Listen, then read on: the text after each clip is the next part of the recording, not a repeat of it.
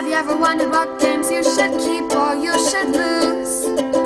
Find out here at Purge Reviews. Welcome to Purge Reviews, where we take two games, we keep one, and we get one out of here and purge it. Today we're looking at Martin Wallace's Automobile versus Stronghold Games' Kraftwagen.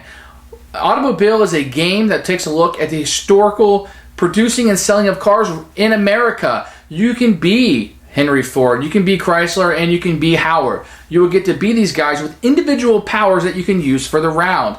In this game, you will only have 12 actions. Make the best use of them, and you will win the game.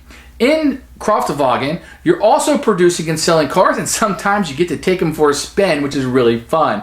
In this one, you're looking at more generic terms, but you are in Germany around 1928, give or take. And you will have an action selection system where you can take whatever action you want, but you may be giving your opponent more actions by doing so. Think Glenmore if you've played that one. Let's take a look at the theme of Automobile versus Kraftwagen. Well, they both do a very good job of hitting the spot when it comes to theme. I really do feel like I'm producing and selling these cars.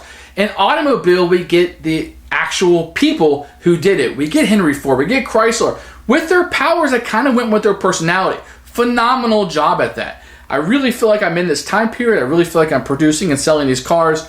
Great job. But in Kraftwagen, I really have to focus on the four aspects of the car: the body, the engine, the customer service that I provide, and the pricing of it. And there'll be different salesmen I need to comply with in order to get my cars sold. Let's take a look at the components. Automobiles comes in a collector's edition, which is what I happen to have. The big addition to this is wooden cars. They look really cool, and I think the color in the game looks really neat. This is more of an old school collector's edition. Think of Puerto Rico, where it's upgraded, but may not knock your socks off.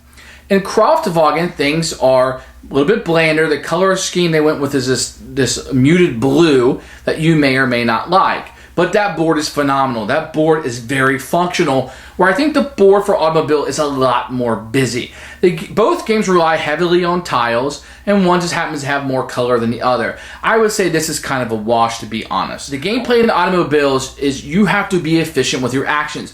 You're only going to have 12 player actions in the entire game.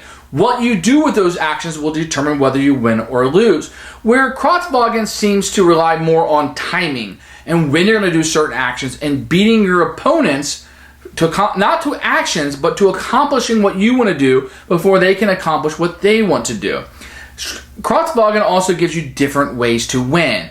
You can build up engines or bodies, or focus on customer service, or focus on pricing. You can even go drive yours in a Grand Prix, and maybe that's how you're going to score your points.